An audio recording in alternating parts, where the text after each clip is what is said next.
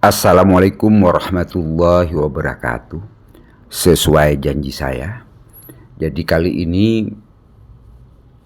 tombak pusaka Ron Andong akan saya review. Monggo pemirsa amati detail di awal video ini berupa rentetan uraian foto-fotonya. Mulai dari peksinya yang memiliki panjang 10,5 cm, bilahnya sekitar 20,5 cm. Pemirsa kalau melihat dari peksi ini, video yang kedua ya, peksinya ini telah saya ukur, diameternya sekitar 12 mili ya, jadi cukup besar, kokoh ya. Ini di awal videonya saya tunjukkan dulu tanpa pembesaran. Kemudian sandangannya sudah saya tunjukkan, ini juga merupakan warangka scan ya. Natural tanpa pelituran ya.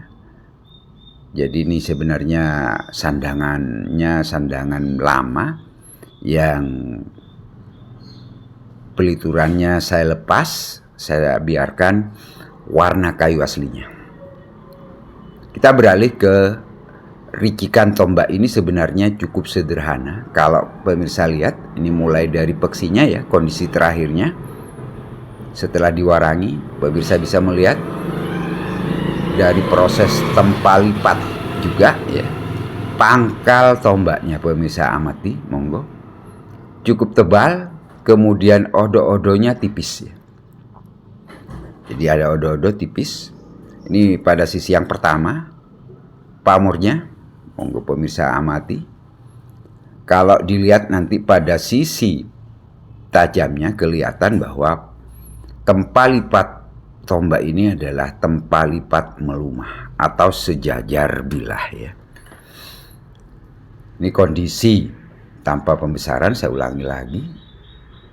Pada sisi yang pertama sampai ke pucuk masih relatif utuh ya, walaupun pada bagian pinggir itu sudah termakan korosi. Ini saya tunjukkan tebal bilahnya.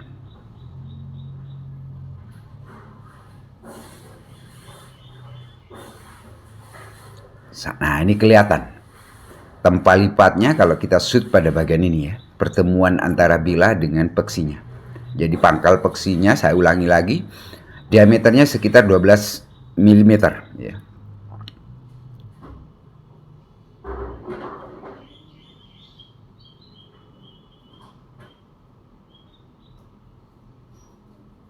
Jadi bisa dilihat lipatan-lipatan tempa lipatnya ya.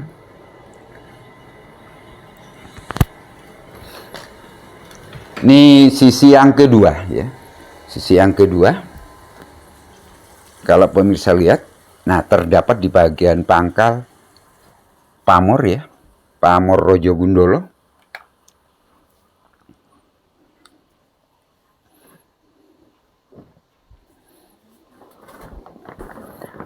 Lebar bagian pangkal dari tombaknya, kemudian ini ujung peksinya saya perbesar sekitar 3,5 kali, sehingga pemirsa bisa melihat kerapatan ya, lapisan dari besi aji dan pamor. Nah ini pada pangkal saya shoot lebih khusus lagi, karena pada bagian ini adalah bagian yang tertebal dari tombak pusaka ini. Jadi kalau kita amati bentuk rancang bangun pusaka ini sederhana ya. Bagian pangkal bilahnya lebih lebar, tidak ada pinggang, lurus, semakin ke atas semakin lebarnya semakin mengecil.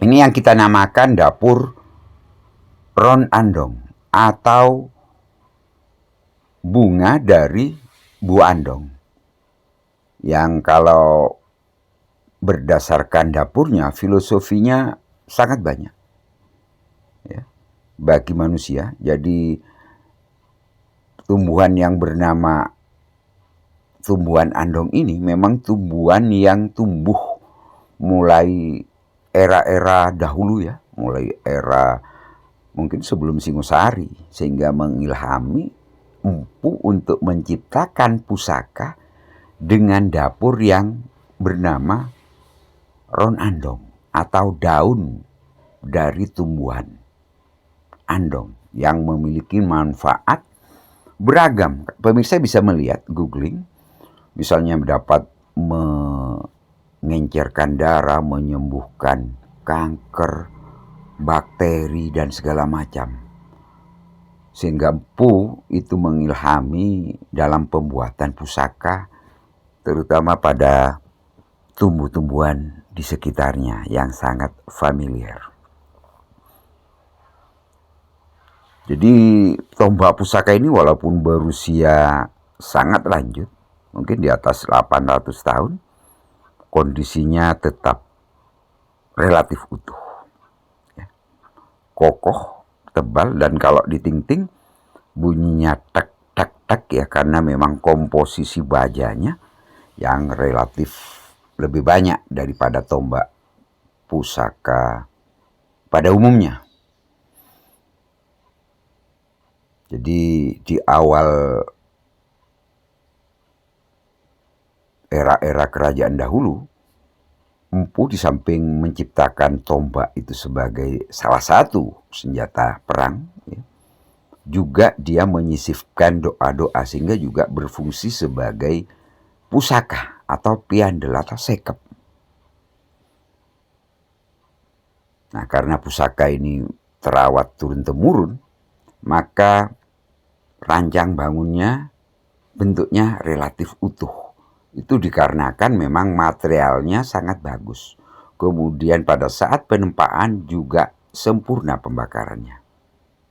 Itu saja dulu. Wassalamualaikum warahmatullahi wabarakatuh.